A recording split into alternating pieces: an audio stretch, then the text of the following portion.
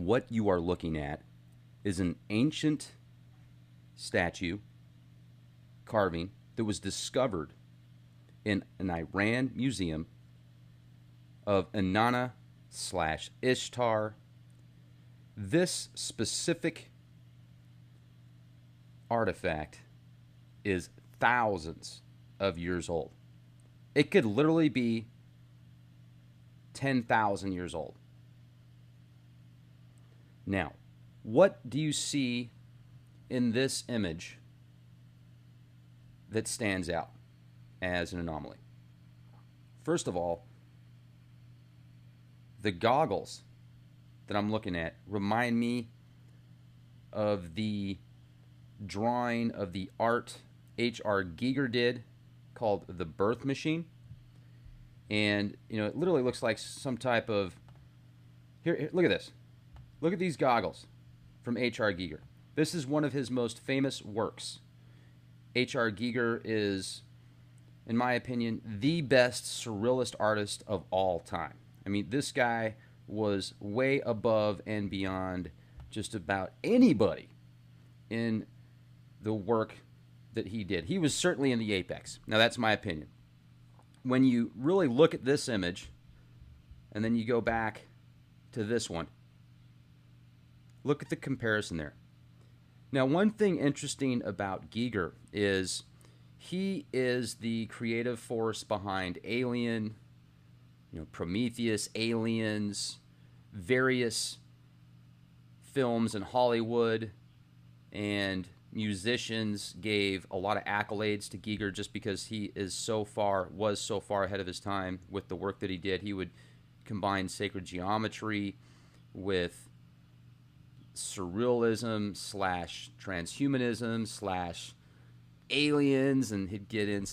He was definitely a erotic type artist in a very strange sense. And I always felt that Giger was literally tapping into another side, into a different dimension, and a lot of connections to the Anunnaki, the engineers, the demigods, the ancient astronauts that are talked about in scriptures but have been changed to be called fallen angels instead.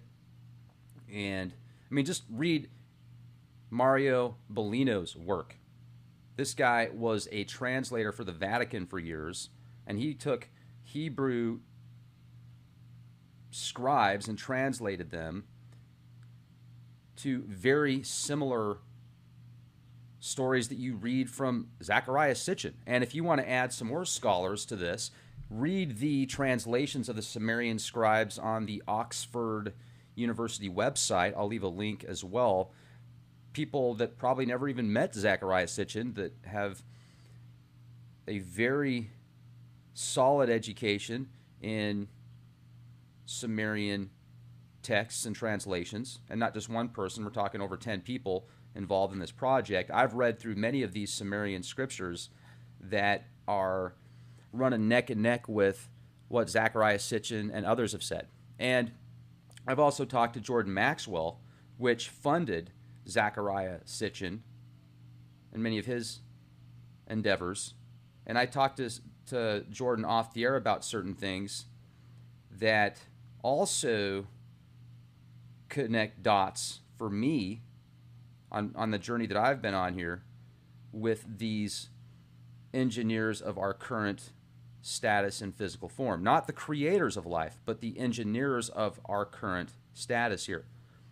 Enki, Enlil, Ishtar, Gilgamesh, Anu, the Anunnaki are real. Now, what are they? Are they just a tribe from good old planet Earth that were advanced and stronger and bigger than other tribes, and they manipulated people into thinking they were gods or angels or aliens? Or are they really just a very intelligent race from another planet that thought they could manipulate the current form here to take care of their bidding? I've read so many texts that parallel the texts in the Bible with just different meanings and different names and different titles and labels, which have the same underlying theme but have a completely different overall essence of what the story is telling you. Now, this image right here is very powerful, in my opinion, because this doesn't look like anything close to a terrestrial organic form that you would see back then. But heck, let's look at all the stuff that we saw with animal/human entities with wings and lion heads, and who knows how much genetic manipulation was going on before this flood that are talked about in Sumerian texts that predate the Holy Bible Genesis, which is most likely where the Holy Bible Genesis came from. And then I want to talk about Giger again here for a second, because if you guys probably didn't see that video that I did where I was just goofing around and doing a spoof with my Ozzy Stern deal, and I busted out the Ouija board, and I said I wanted to make contact with Giger, and the Ouija board didn't move. But when I asked what it was like where he was at in the current time, I said, what's a drawing or a painting that you've done or art that you've done in the past that would correlate with where you're at now? And Prometheus came to mind. And then I watched the film Prometheus a few days later and connected the dots with, if you watch Prometheus, the film, the Anunnaki are all over that film. I mean, that's the basis of that film. The Anunnaki, they call them the engineers. And they talk at the very beginning of the film about all these different texts and scribes from around the world in different time periods, but ancient, going back almost 30,000 years in some cave in Germany or France, connecting to specific stars that were lined up in the universe that they were able to track and travel to. And also in this film, there is at the beginning, if you remember, there's that rod-shaped UFO in the sky waiting for one of those engineers to drink that gray goo. It's like that whoever they were in that rod-shaped UFO, it's like they gave that gray goo to the engineer to drink to see what would happen. So the engineers of the engineers. Well, some great connections there.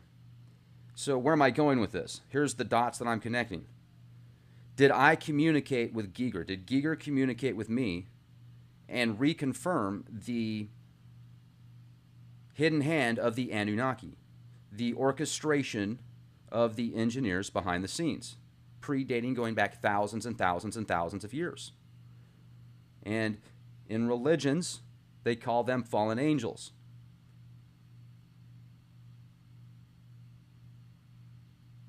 Now let's also look at this image right here. This is an image of an ancient statue of Inanna/Ishtar. Looks like a spacesuit. And then you can see this ancient Sumerian image carving of what looks like a Stargate.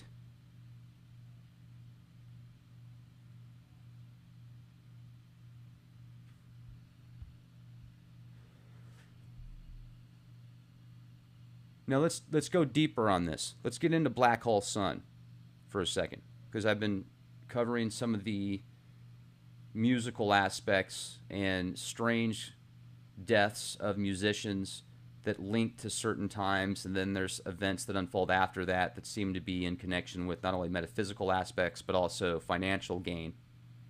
Black Hole Sun. So what a black hole sun is talking about the brown dwarf star that many people feel exists in our solar system. The black hole sun, in my opinion, is Saturn. The black hole sun as a matrix, as an imprisonment, as encapsulation of organic essence, and taking that away from source, separating it from source in an inorganic fashion.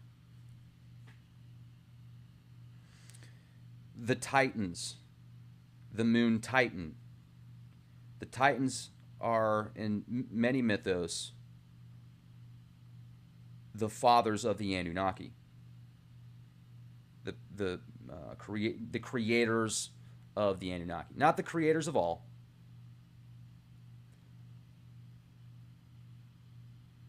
Did that part of the film in Prometheus where there's that rod-shaped UFO in the sky waiting for the engineer to drink the Grey Goo, and then he completely disintegrates and reforms as the alien. The DNA connects to something else, and it gets stuck in the water. Are those the Titans?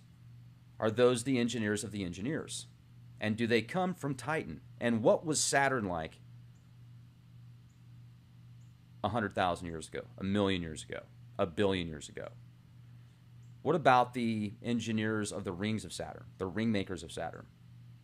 The images, even from Hubble telescope infrared, that show these enormous UFOs, humongous, that look as if they're manipulating the rings of Saturn. And then NASA confirms with satellites that in between the rings of Saturn, there's nothing there. And then you've heard the sounds from the rings of Saturn. If you've listened to my podcast or other podcasts out there that will give you the sounds of the rings of Saturn, what they emit, and the possible control matrix via frequency. Are there embodiments? Are there certain, is that like a soul matrix? Is that the actual soul cube? And maybe the moon is an outpost, kind of like the Cylons Battlestar Galactica. I mean, these are questions you can ask or not ask. I mean, this is all fringe. This is definitely far out there. This is also connecting dots of science and data points and ancient relics and artifacts and scriptures, connecting all of that and then coming to a conclusion that you might call fringe. But really, if you read scriptures, even in the Holy Bible, and these people that live 800-900 years and circumstances that unfold, this isn't any more far out than that. If anything, it's just connecting more dots and then coming up with a certain conclusion. There's too much evidence, and carvings and petroglyphs and scriptures and ancient writings and stories and drawings and cave paintings and scribes and relics that unfold and that are already available for me to where there's no way I follow the official status quo on most of the scientific communities. They are more brainwashed and compartmentalized than somebody that isn't stuck to one set of parameters or ideals. That's the neat thing about Leak Project, is it was created to get information from all aspects that are important to mold a conclusion of a definitive answer. And if not, well, we'll keep looking. The truth's out there.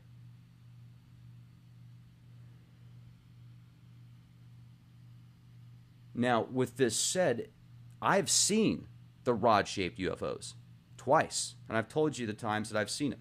Saw them within a period of a week in Utah, once in almost northern Utah, and then once in southern Utah. And my coworker confirmed it the second time in southern Utah. We both saw and explained the same thing. And I didn't get bad vibes from it, but I've talked to people before that said, "Whoa, those rod-shaped UFOs, that's bad news." Is it though? The Titans, the Anunnaki, are the Anunnaki the creation of the Titans?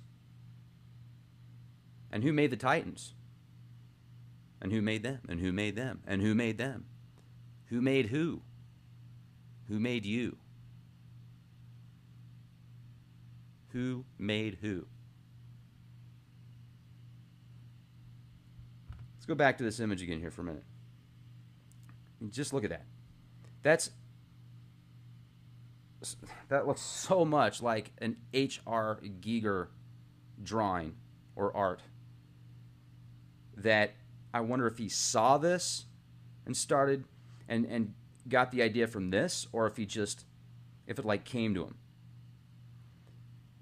Now, I have friends and family that have so many fascinating connections to the Anunnaki and data points that are like something pulled straight out of a David Icke book, or science fiction novel. That these people don't even necessarily like those people or know those people, and they talk about the same things that, well, for example, David Icke writes about oftentimes with the reptilian type presence. Now, also, look at this thing. Look at this guy right here. Okay, this is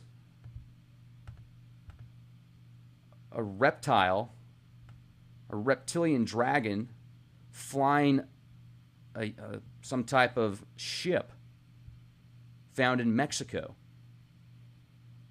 There's been thousands of these types of discoveries. I mean, what is this about? Is this all just symbolic? And if so, symbolic for what?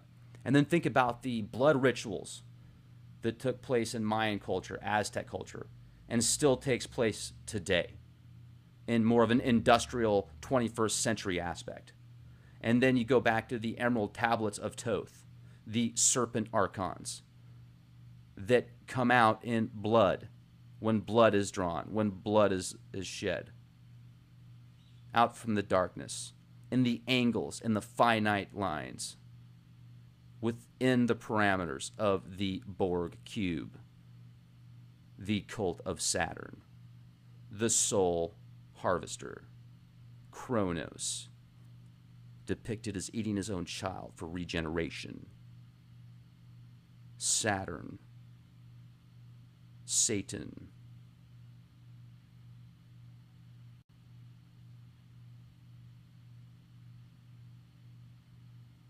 The question is, how do you break out of the parameters of a harvesting system that has become so advanced, so powerful, that it controls virtually every aspect of almost everybody's life? And then it learns how to break outside of the time-space continuum and create multiple lives simultaneously of the same individual over and over and over and over. An imprisonment within an imprisonment, a fractal broken off from the organic matrix of source, withering away into oblivion, falling further and further and further outside of light, spectrum, essence, form.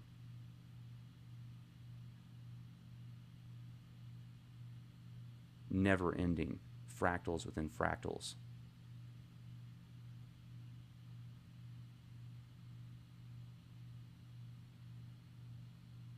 You know, I think of some real scary things sometimes when I look at the world around me and how much is going on a daily basis that seems to be sucking the life force out of the planet and out of so many people that live on the planet, and so many beings. And think of all the species that become extinct on a weekly basis because of all of the pollution. And you can call it a boot camp, and it is a boot camp, but how long until there's nothing left? And then whatever it is that seems to be orchestrating the strings at the top levels, because it isn't compartmentalized like virtually everything else is here. Even people that have extremely prestigious positions of information access, you know, clandestine handlers, alphabet agencies, even the people at the top levels are still compartmentalized. The industries with high-end technologies compartmentalized. Whether it's medical, whether it's nanotech, whether it's weaponized, whether it's inventions for good, everything is compartmentalized. Even factions that are supposed to help the people are compartmentalized to the point to where they compete amongst other factions that are supposed to help people, to the point of diminishing returns oftentimes. Labels, words, ignorance, can all be contributing factors to the degradation, the downfall of essence, of life. Think about that. Choose your words wisely. Express your words wisely. What is it? 60% body language, 32% tonality, and 8% what you actually say. It's like going to somebody and saying, I like you. I think you're great. To me, I'm thinking, really? Sounds to me like you want to punch me in the face. What about somebody that goes, man, I hate you. I hate you so much. Come here and give me a big hug. And you're smiling at him. Well, think about that for a minute. I mean, obviously, some people are better at picking up body language than others. And if it's just text, then you're not going to get the different emotions. No wonder people fight so much, especially on the internet. Think about that for a minute. If 60% of somebody's reaction to you is based on your body language, and only 8% of the words coming out of your mouth are based on, are they going to perceive as the overall outcome of what they decide to do, essentially? Think about that. So it's how you say it, it's what you're doing as you're saying it, and even though people are becoming more plugged in to a singularity, almost like a one hive mind consciousness, we're also becoming more fragmented. We're becoming more separated at the same time because we're not able to express ourselves organically. It's in an inorganic medium that doesn't give near the expression that we do when we're actually looking at each other and talking to each other in physical form. And even that can be so limited. It's just more limiting. Once again, we're going down this spiral that I just expressed just a minute ago. And if you really understand that concept, even at a subconscious level, then it will start to permeate through your consciousness and things will just start picking up and you'll start understanding things better. I wonder how much control they still have. And I look at these grays and these different ETs that are talked about, the reptilians, the grays, the Pleiadians. And I wonder how much of what Daryl Sims, the former CIA agent that has a lifelong history of being abducted multiple times, his family members have been abducted. If you've seen the series Taken by Steven Spielberg that came out years ago, I thought that that series was something based upon his life, like they wrote it from his testimony. And he talks about all the aliens that he's seen, he feels are clones because he says they don't have belly buttons. And he calls them different models. He's like, okay, the Nordics, those are the Corvettes. You've got the reptilians, you've got different levels of grays that have different intelligence levels. And much of what he says, I've been able to confirm with certain people. Not everything. I don't think all aliens are clones. But then he would talk about the handler behind the reptilians and the grays, but he wouldn't say who they were or what they were. And he did say, though, that they were, he thought that they were fallen angels. So the more research I've done and put together, the Anunnaki are most likely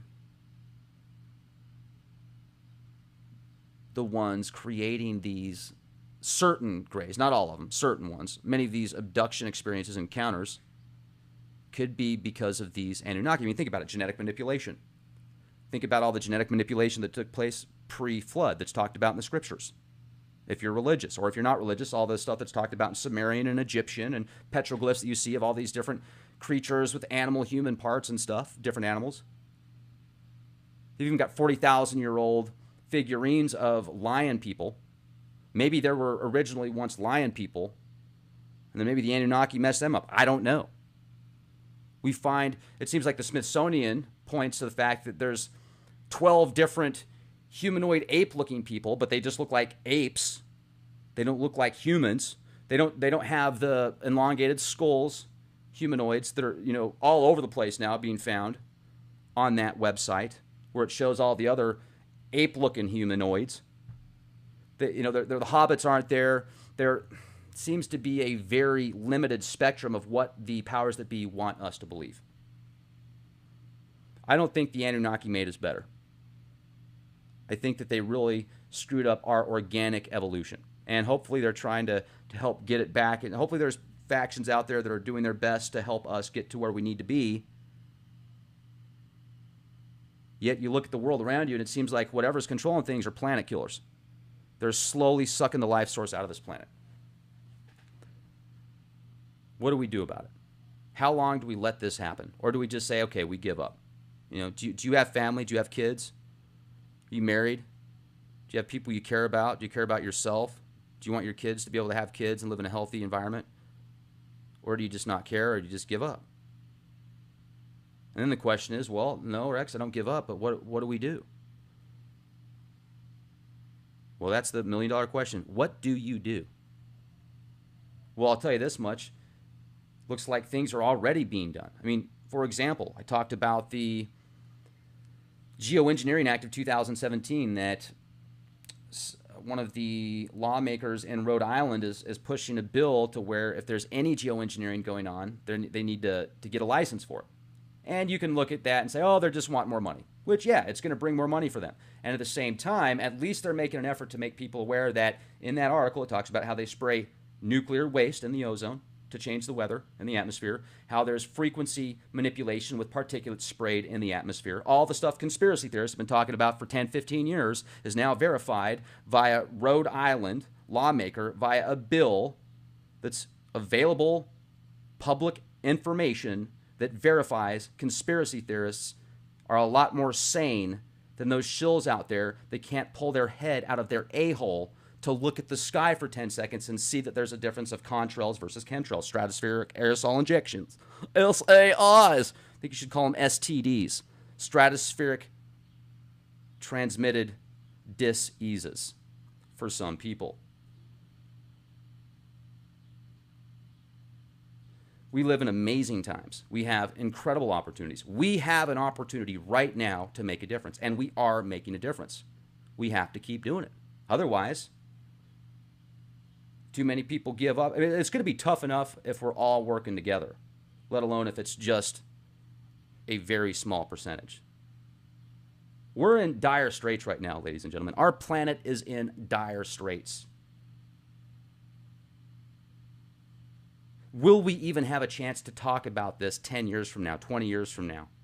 Or will the world be so messed up that whatever life is left on the planet has to be plugged into some cybernetics, cryogenics / transhuman machine to where it just feeds that person barely enough essentials to survive long enough, and then there's some type of machine that extracts that person's amino acids and energy source and nutrients to power a machine, and then in return it gives it back a little bit, similar to the Matrix but in a more realistic aspect. I mean, look at the freaking vertical chicken farms that Wired magazine was showing off a few years ago. These chickens that were genetically modified to where they supposedly didn't have feelings and couldn't see and couldn't hear, but they were still alive and plugged into these vertical machines that look like something out of the Matrix. I mean, it's just disgusting. At least in the film The Matrix, the people that are in this system of encapsulament to where they're food for the machine, at least they think they're in a regular life.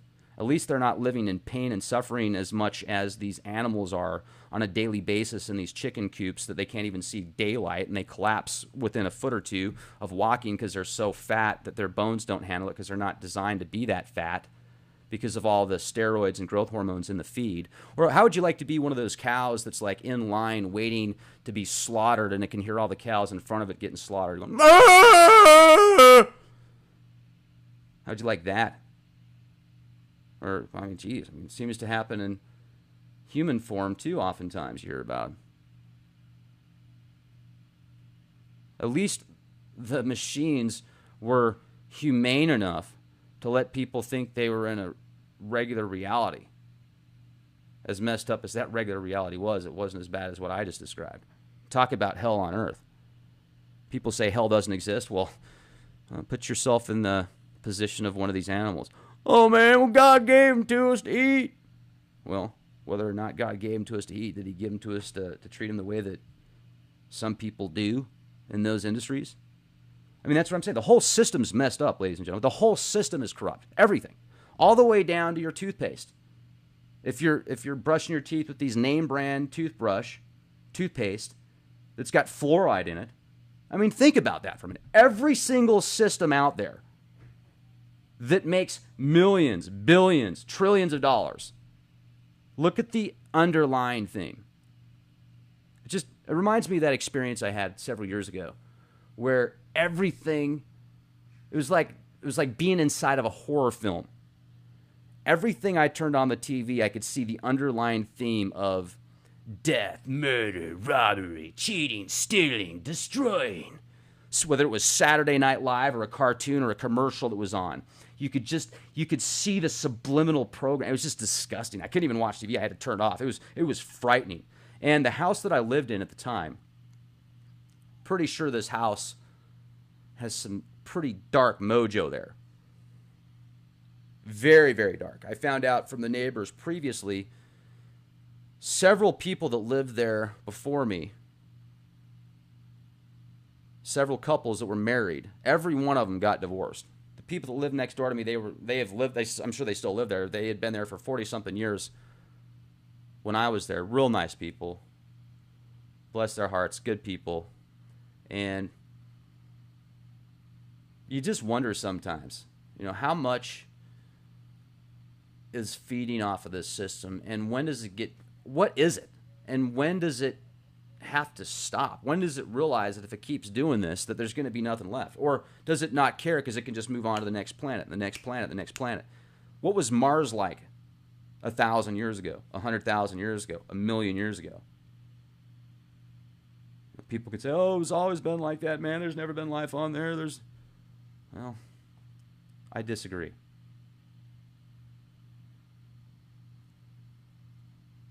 We live in amazing times, folks. Let's make the most of every day. Unplug people one day at a time, one mind at a time. If you can do it 10 minds at a time, great. If you can do it 1,000,000 minds at a time, even better. Remember, we're in this together. Even when you see somebody that you don't like and you can't stand and you despise, and I have to remind myself of this, that is a fragment of consciousness. And if you get to the quantum level, many experts say at the quantum level there is no separation.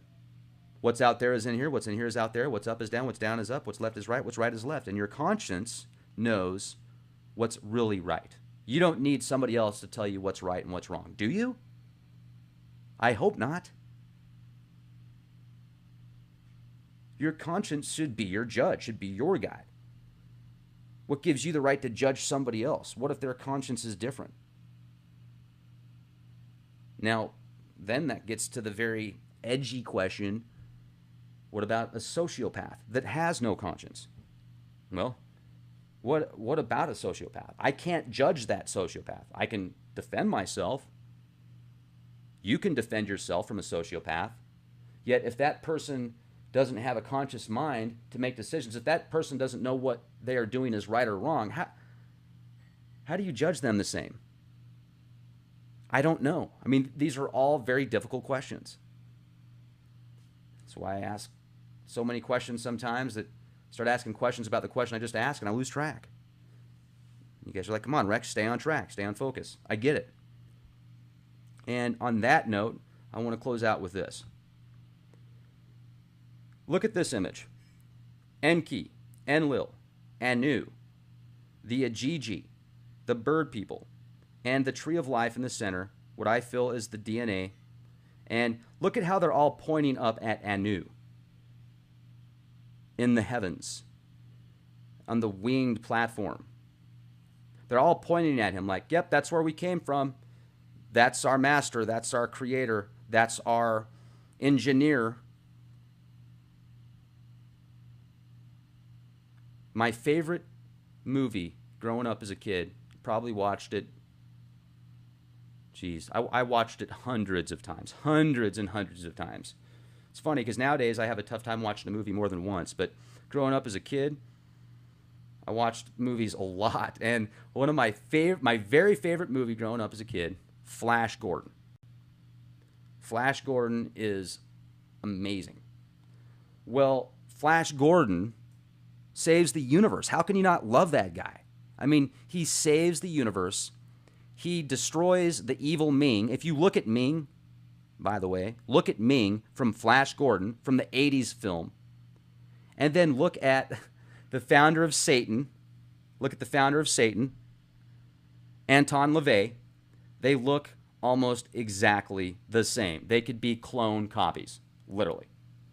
And you've also got the bird people in Flash Gordon, the Ajiji, and the evil emperor Ming, aka Anton LaVey.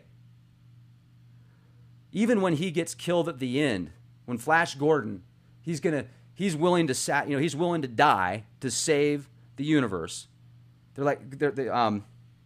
The mad scientist goes, Flash, come on, man, get off, get out of here. We got to go. You're going to die. You're not going to make it. And Flash Gordon goes, man, one person to save the world. He's like, that's awesome, man. I'm going to do it. And he's like, okay, I couldn't change your mind otherwise. So the engineer jumps ship. He ain't sticking around. He's out of there. He doesn't care. He wants out. He's worried about himself. Well, Flash Gordon stays on the ship. And guess what? Right as Ming is about to marry the girl that loves Flash, and Flash loves the girl, right as the evil Emperor Ming's about to marry her, and she's like, no, you can't do it. Well, Flash Gordon breaks in, and the ship that he's flying, it's got this like gigantic rod on the front of it, and it just goes right through Ming. You can see Ming come out, and he's got the ring, and he's like, oh, and then he disappears, and the ring falls, and everybody's like, yeah, Flash won, save the world, save the universe, and everybody's all happy and excited, and at the end of the movie, though, something happens with the ring, and you can hear Ming, and you can hear his laugh echoing. You don't see him, but this wind starts whirling up, and even after Ming is taken out, he comes back, is my point. It's the epic battle of good and evil. It's the perpetual war of light versus dark, the yin, the yang. As above, so below, everything connected at the primordial source.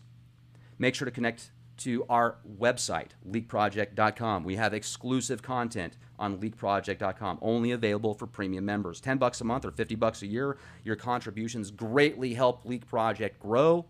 And also our podcasts, most of them, we've got 800 or so podcasts on youtube.com/clandestine Time Lord. Make sure to support our sponsors, getthetea.com. I've been taking this stuff called colostrum. I love this stuff. My energy levels have been through the roof. My food is digesting better. I think this stuff is great.